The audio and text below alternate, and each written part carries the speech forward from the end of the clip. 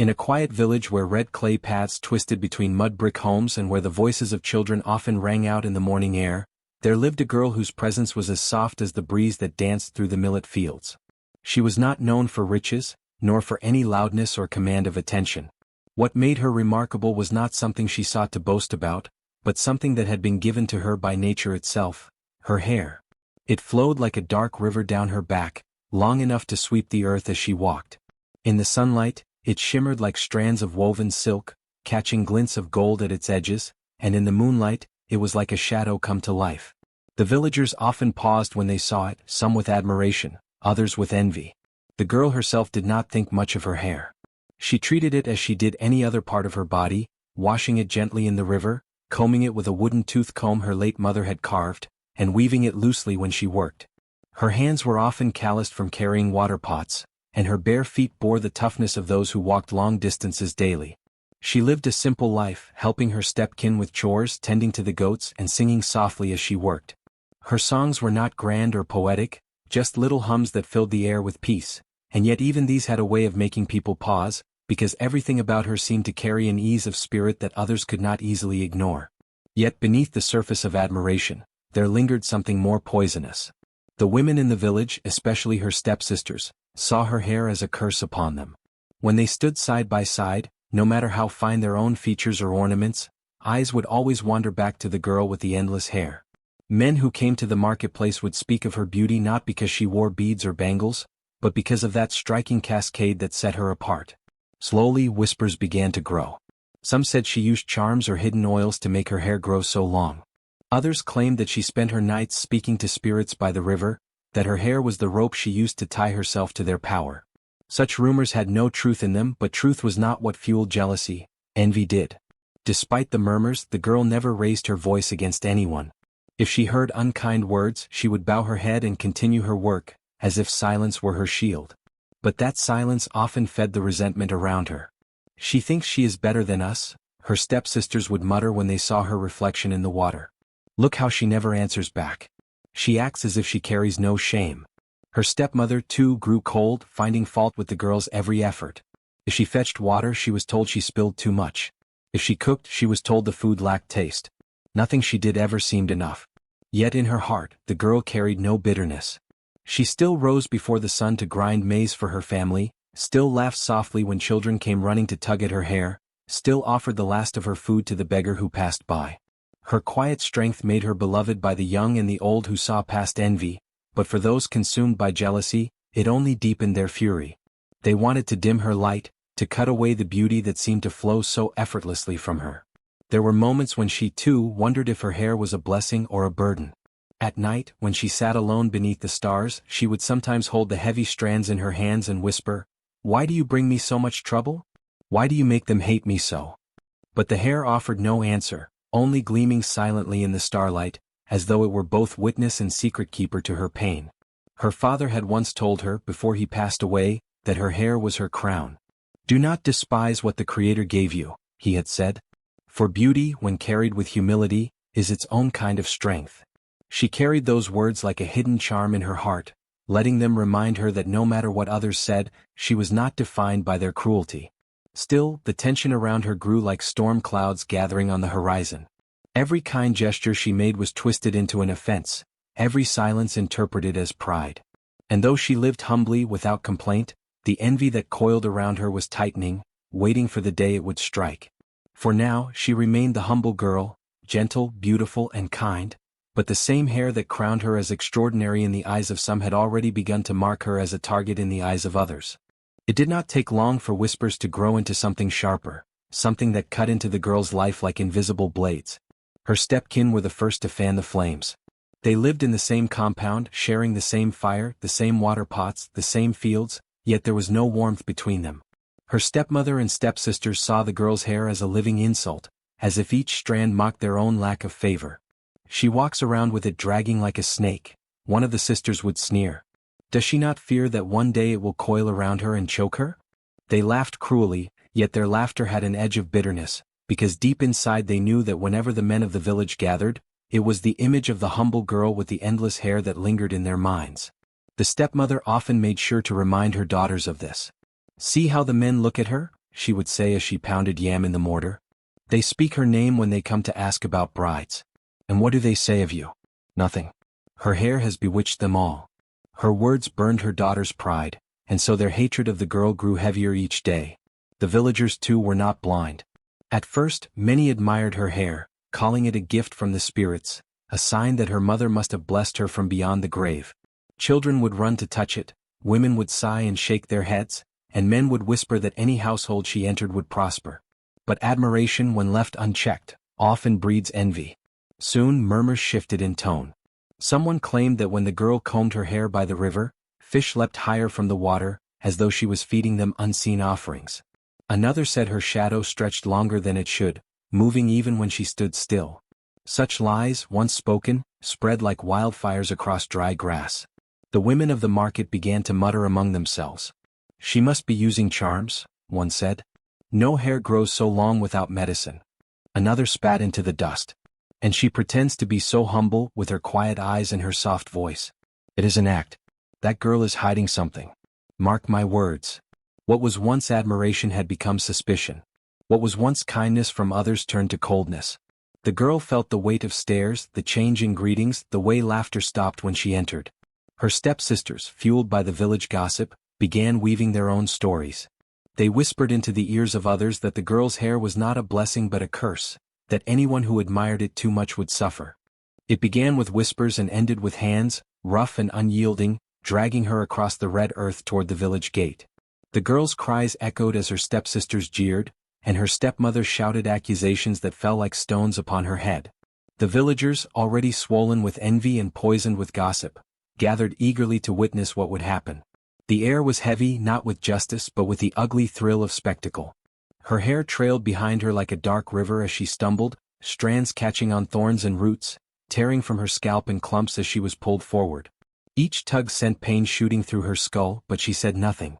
She had learned long ago that her silence angered them more than her words ever could. The more she held her tongue, the more they raged, and now their rage had found its cruelest form. When they reached the great wooden gate of the village, the place where strangers entered and where ancestors were greeted with offerings, they forced her to kneel. Her stepmother spat on the ground beside her. "Let the people see what vanity looks like," she cried.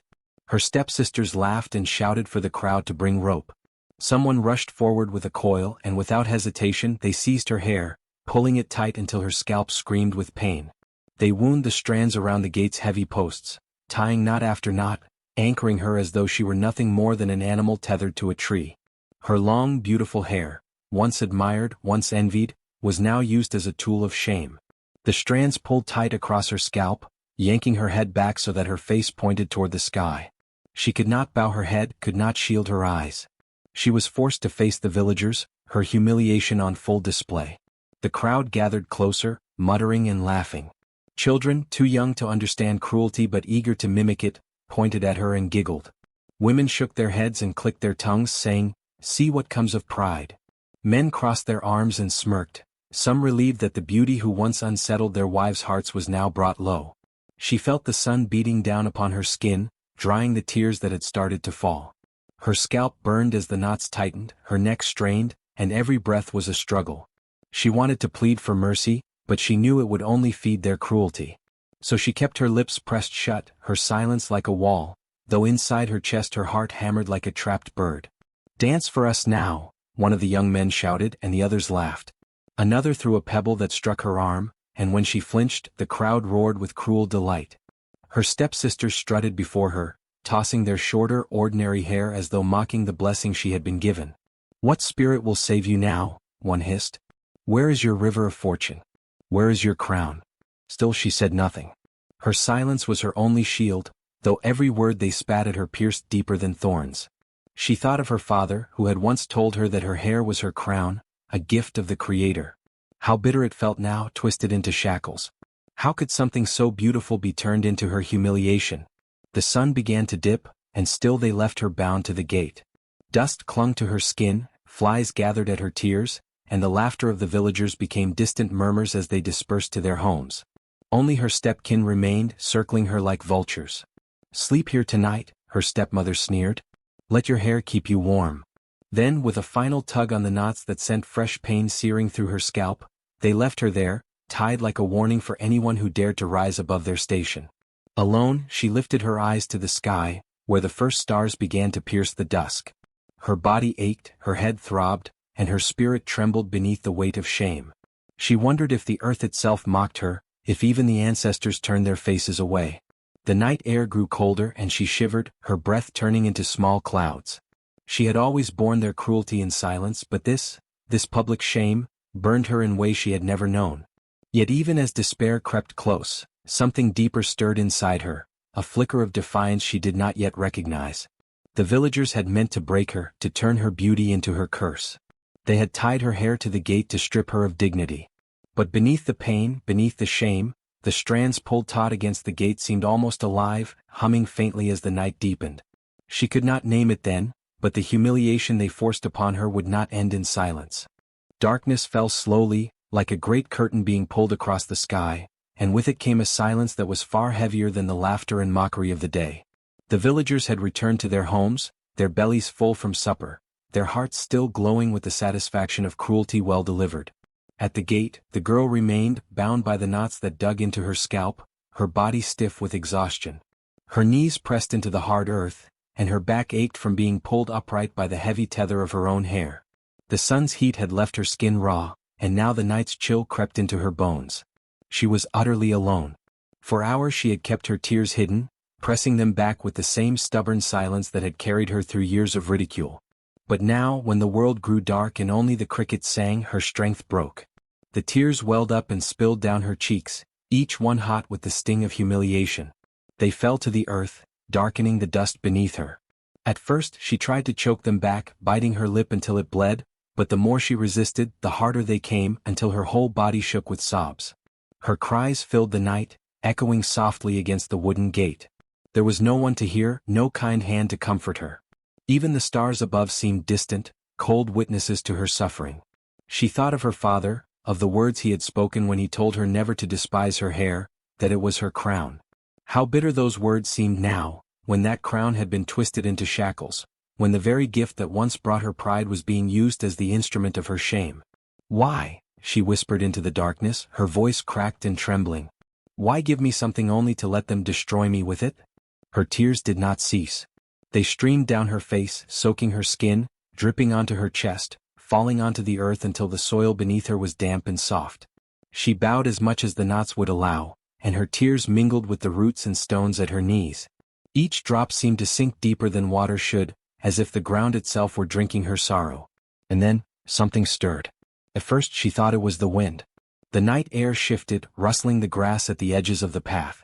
But as she stilled her sobs and held her breath, she realized it was not the grass, nor the leaves of the trees beyond the gate. It was her hair.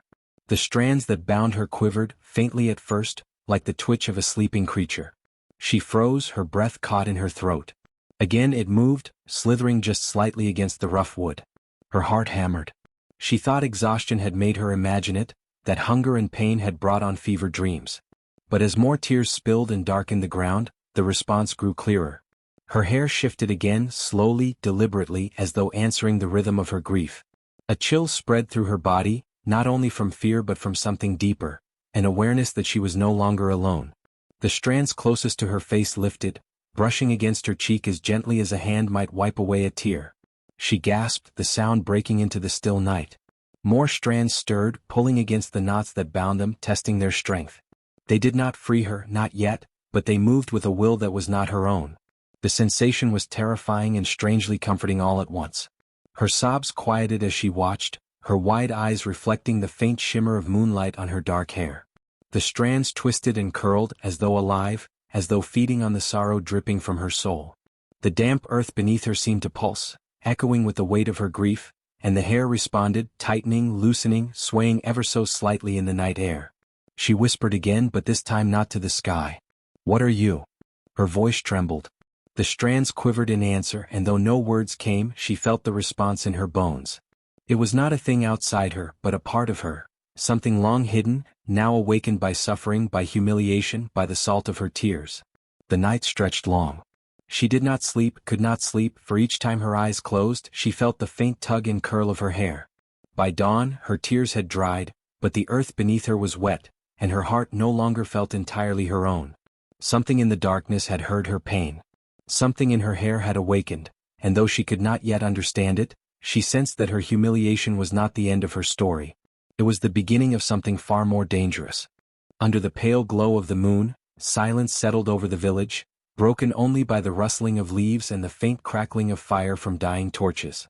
She sat bound to the gate, her head bowed, her hair tethered tightly in cruel knots that tugged at her scalp until blood kissed her skin. Hours earlier, the villagers had jeered and laughed as they tied her long tresses to the wooden posts, declaring it a punishment fit for one who dared to outshine others. Now the laughter was gone, replaced by the chill of night. She sat in her humiliation, the weight of her hair heavier than it had ever been, dragging her spirit down like an anchor.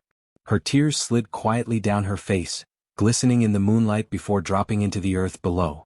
Each tear was a mixture of sorrow and rage, soaking into the soil, feeding something unseen. The wind picked up and with it came a subtle shift. Her hair trembled.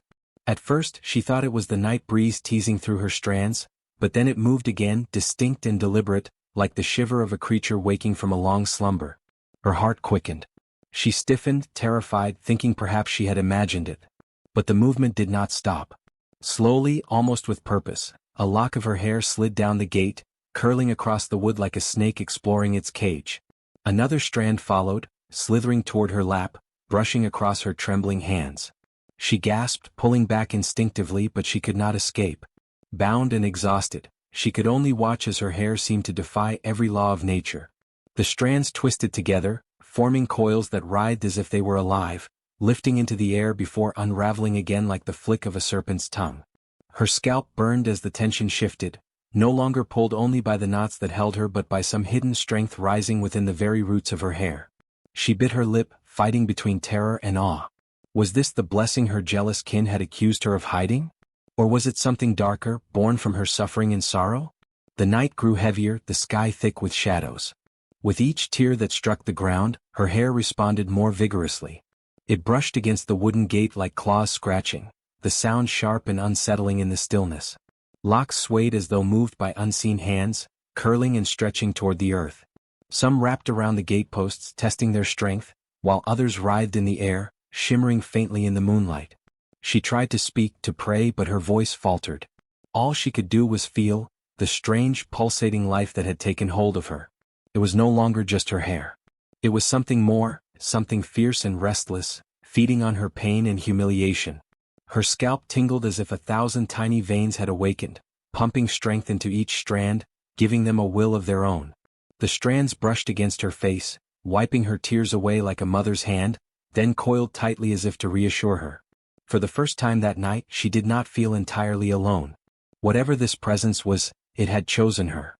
She realized with growing clarity that the sorrow which had weighed her down was now giving birth to something powerful. Her hair lifted higher, the ends snapping like whips in the air, carrying the weight of her rage. She could feel its hunger, its readiness to act. Every humiliation, every laugh, every tug that had dragged her dignity through the dirt seemed to pour into the living strands, filling them with an intensity she could not control. The girl trembled, torn between horror and wonder. Her hair had become the voice of her suffering, the vessel of her wrath. The night had birthed a secret, and though she did not yet know what it meant, she sensed a reckoning was coming.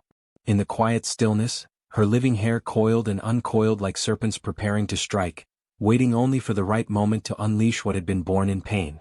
The night deepened, and with it, the strange pulse within her hair grew stronger. What had begun as faint slithers, hesitant movements like restless serpents, now surged with undeniable force.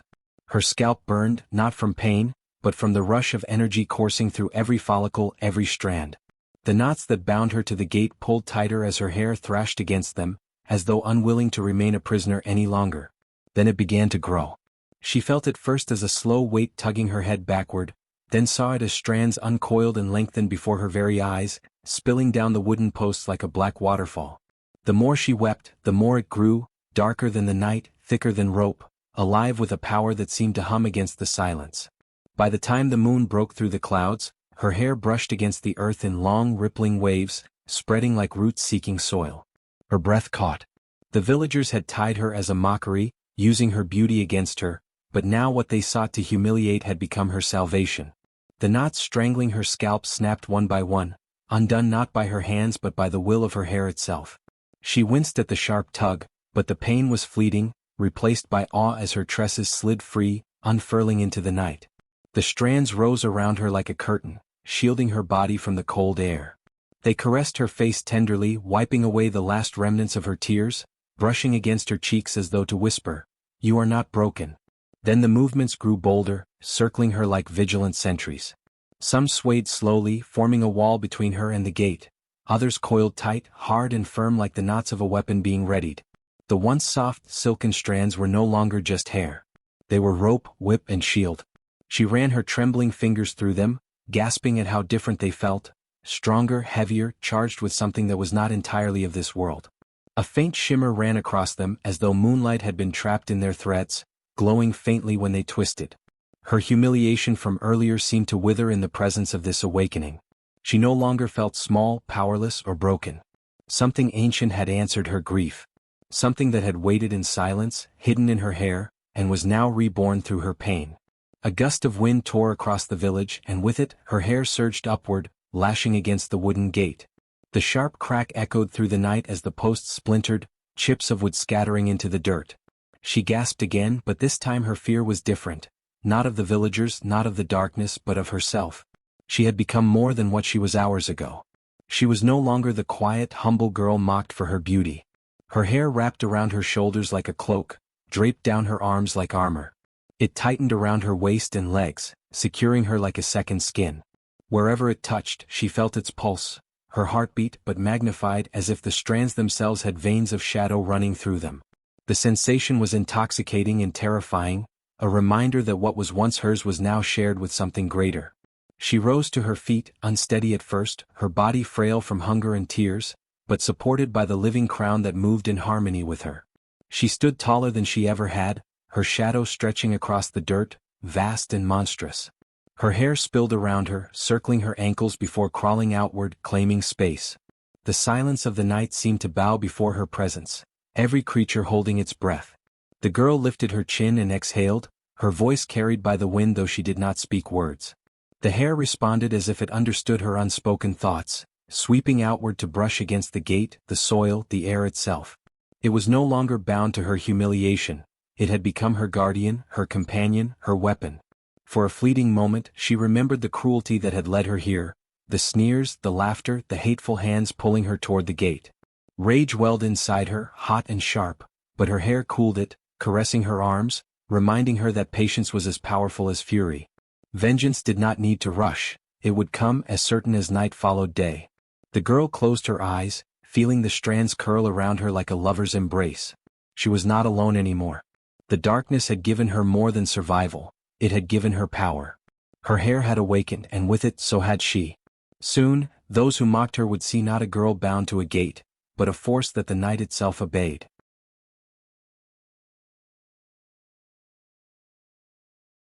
The village slept under a heavy sky, the kind of silence that feels too deliberate, as if even the insects and night birds had agreed to stay quiet. But in one hut, a man tossed uneasily, his breath shallow and his brow damp with sweat. He had been one of the first to laugh when the girl's hair was bound to the gate, one of the loudest voices mocking her cries as she wept in shame. He had tugged at her braids with cruel delight, tying them tighter until she winced. That night, as the moon reached its peak, he woke to a sound, a faint whispering like dry reeds brushing against each other. He sat up, squinting into the dark, but saw nothing at first. Then came the tickle, something soft grazing his cheek. He swatted at it, thinking it a moth or loose straw, but when his fingers closed they found strands. Long, smooth strands of hair. He froze. His wife slept beside him, her head wrapped tightly, no hair loose. The sensation returned, brushing across his neck. He turned toward the door, and there, faintly glimmering in the moonlight, was a curtain of black hair sliding in through the cracks, coiling like smoke. His chest tightened.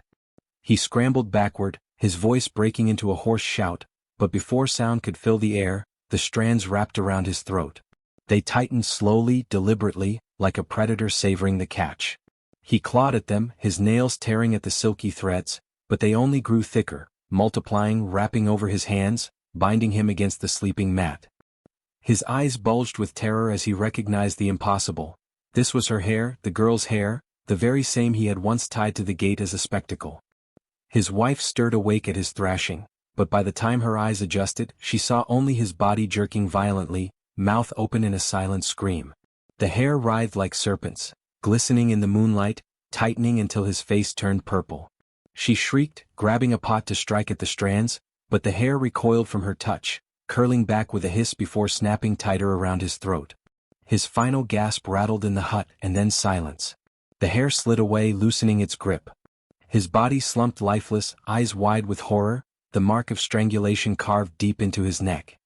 His wife screamed into the night, waking neighbors, but by the time the villagers came running, there was no sign of what had done it, only the corpse, rigid with fear, and a faint trail of black strands that vanished into the shadows outside.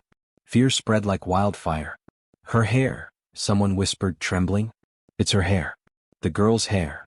Others shook their heads violently, refusing to speak her name aloud as if it might summon her. They had all seen her humiliation, all watched her tears fall to the earth. Some had even mocked her themselves. If this was vengeance, who among them would be spared? The elders gathered at the gate where she had once been bound, staring at the ground as though expecting to see strands still tied there. But the gate was bare, the earth disturbed only by strange patterns, as if something had dragged itself across the soil. The air was thick, charged with a presence that weighed heavily on their chests. That morning no one dared to move about freely. Mothers clutched their children tightly, and men avoided walking alone, glancing at their shadows as if hair might spring forth from the ground itself. The body of the first tormentor lay untouched in the center of the village, no one willing to approach it. Flies began to gather, but still they let it rot where it fell, for fear that touching it would invite the curse upon them. In hushed tones, the villagers began piecing the story together. "It is her tears," one old woman murmured, voice shaking. "The earth drank them and the night answered. Her hair has become her spirit." Another added, "We tied her beauty to the gate. Now it has broken free." But whispers soon turned to panic. If her hair could slip through doors, if it could strangle in silence, what safety was left? Gates, walls, family, all useless against something that moved like the night itself. They looked at each other with suspicion, remembering who had laughed, who had spit, who had pulled her braids and called her cursed. None were without guilt. By dusk, the air itself seemed to hum with dread. The village that had once celebrated cruelty now cowered under it, waiting for which hut the shadows would creep into next. The first victim had been taken, but the whispers in the wind promised more. Her hair had tasted vengeance and it would not stop. The night that followed spread its wings wide, heavy with a silence that pressed against the hearts of every villager. Children whimpered in their mother's arms, dogs cowered and refused to bark, and even the restless night wind seemed to halt at the edge of the village.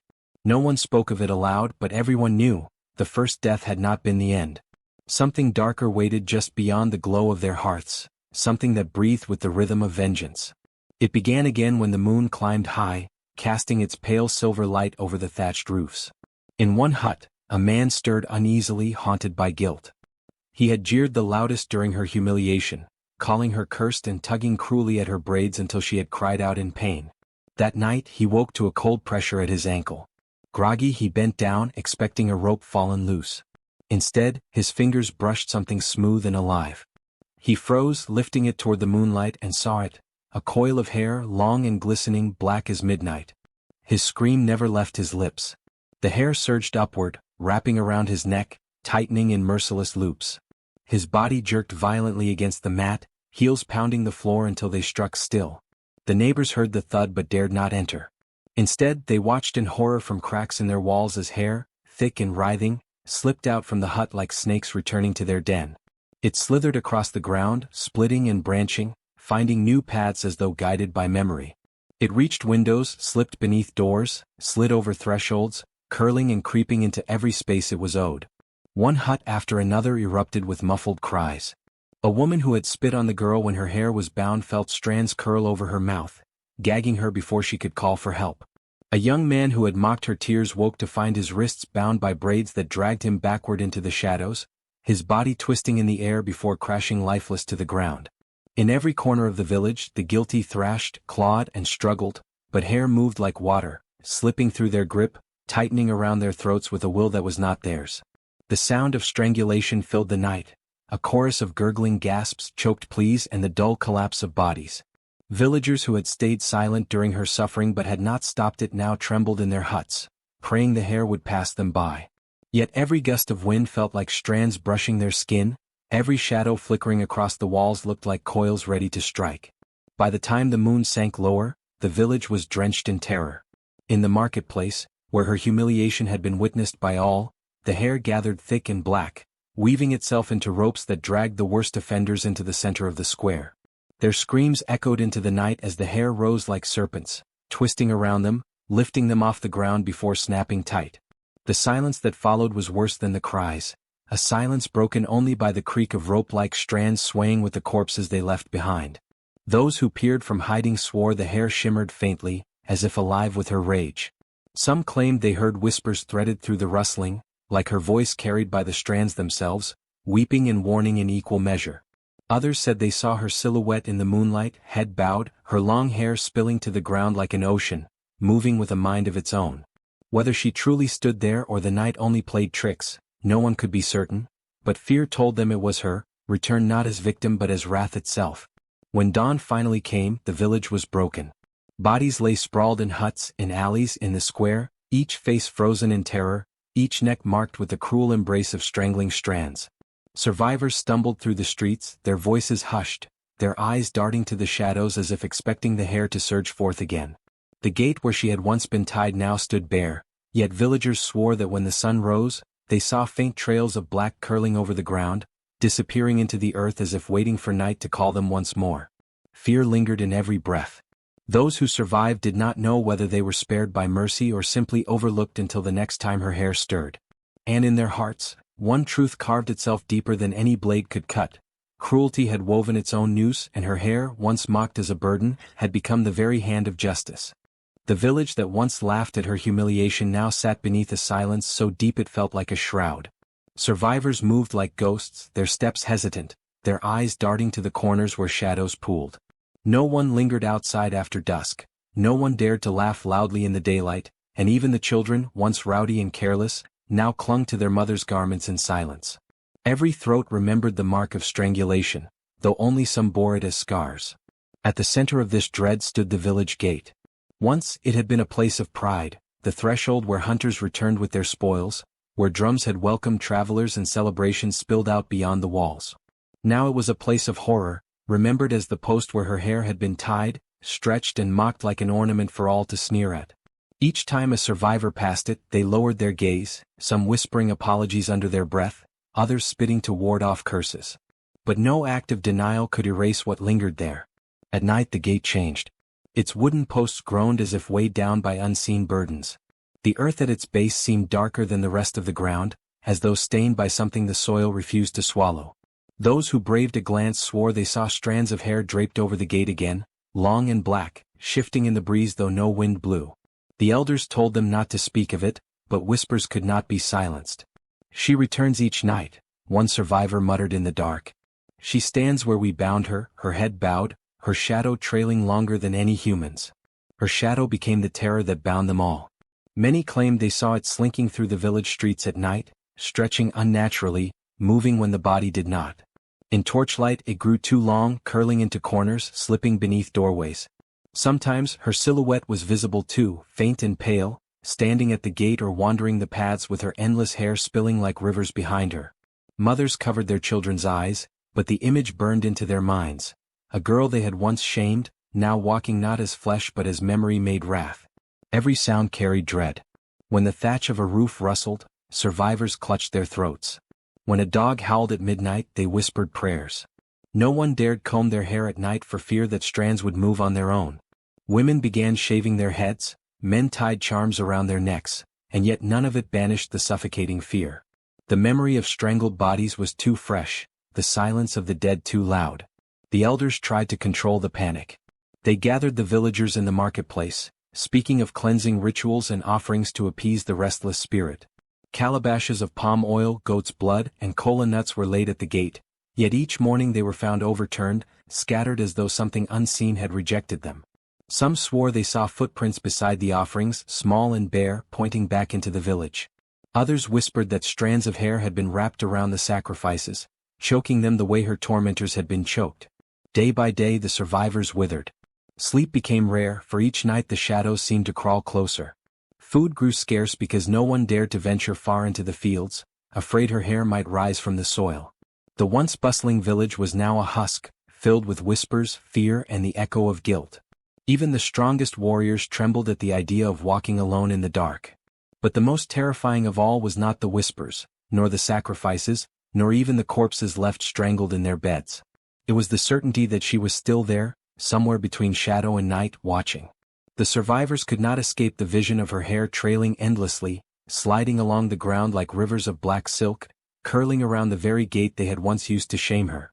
And when they shut their eyes they felt it too, the brush of strands across their skin, the weight of her presence, the silent reminder that cruelty never fades without cost.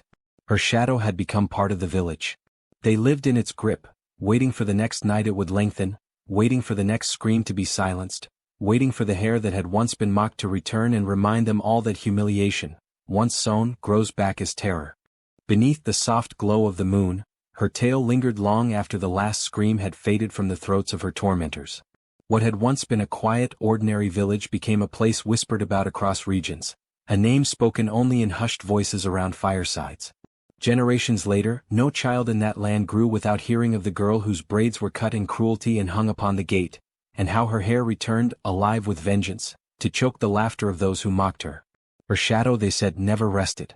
It still trailed behind her, heavy and endless, a storm of braids that carried the weight of her pain. Mothers who tucked their children into bed warned them not to mock the weak, not to spit on the broken, not to jeer at the ones left bleeding, because curses were born from shame and curses never died. The folktale became a woven thread in the fabric of village life. At night, when the wind rattled rooftops, villagers would glance at one another nervously, whispering that it was not the wind but her hair dragging across the thatch, seeking a throat to coil around. Elders swore that the rustling sound in the trees at dusk was her braids brushing through the branches. Travelers passing through were told never to linger near the village gate after dark, for it was there that her shadow was most often seen, long, thin, stretching unnaturally against the earth, a silhouette that trailed far too much behind for a single body. Some said her face was never visible, only the faint shimmer of braids glistening like snakes in the moonlight. Others swore they had seen her eyes glowing, not with anger anymore but with a hollow warning, a reminder that cruelty sows its own destruction. Over time, the tale took on the rhythm of ritual. Every full moon, families would burn herbs at their doors, murmuring apologies to the spirits of the wronged. They called out her name, never loudly, always just a breath, to ask for forgiveness on behalf of ancestors who had mocked her. Children grew up listening to their grandmothers retell the story, voices low and deliberate, reminding them that the girl was not a ghost bound to one night or one place, but a spirit carried forward through every act of humiliation ever inflicted upon the innocent. Mocking the weak is an invitation, they would say, and she will always answer. Some claim to have seen her in distant lands, proof that her curse had grown beyond the village that birthed her pain. A farmer in another province once swore that when he mocked a crippled beggar, he awoke that night with braids crawling across his chest, tightening until he could not scream. A merchant told of his caravan being strangled one by one, the last sight in their eyes not a blade, not a thief, but black braids coiling like snakes from the dust. Scholars tried to dismiss it as superstition, a tale meant to frighten children into kindness, but even they avoided speaking ill of her in public, for stories had a way of becoming more than stories in the dark of night. The legend grew sharper with every retelling. In some versions, her hair was said to crawl under doors, slithering like serpents until it wrapped around the cruel-hearted. In others, her shadow followed laughter, specifically the cruel kind that was directed at someone broken or suffering. Laughter, in the legend, was what drew her near. People stopped laughing at others altogether, fearful that even a moment of mockery might summon her presence. "Respect the fallen, respect the broken," elders would whisper, "or her hair will know your scent." Generations passed and still the story endured. In distant villages no one could remember her name anymore, but they remembered the warning. She had become not just a ghost but a symbol, a reminder carved into the heart of the people. They told the story not merely to frighten but to teach. Her tale was proof that shame, once inflicted, does not dissolve but waits in silence, growing teeth and claws in the unseen. A person mocked unjustly might fall quiet, but silence was not safety, silence was only the seed of vengeance. And so, around firesides the story closed always with the same words, carried from mouth to mouth, heart to heart. Do not mock the innocent. Do not shame the broken. Do not cut what you do not understand. For her hair still walks beneath the moon, still searching, still strangling, still remembering. The wind would sigh against the huts as the tale ended, and children would draw their blankets closer, eyes darting toward the shadows. In those moments, the line between legend and reality blurred, and though none dared say it aloud, all believed the same unspoken truth, that the girl's story was not finished, that the laughter of cruelty still called to her, that the night itself was braided with her wrath. Even now, when the moon is full and shadows stretch longer than they should, villagers close their doors, whispering the warning as if it were a prayer: be kind, be gentle, for she is listening.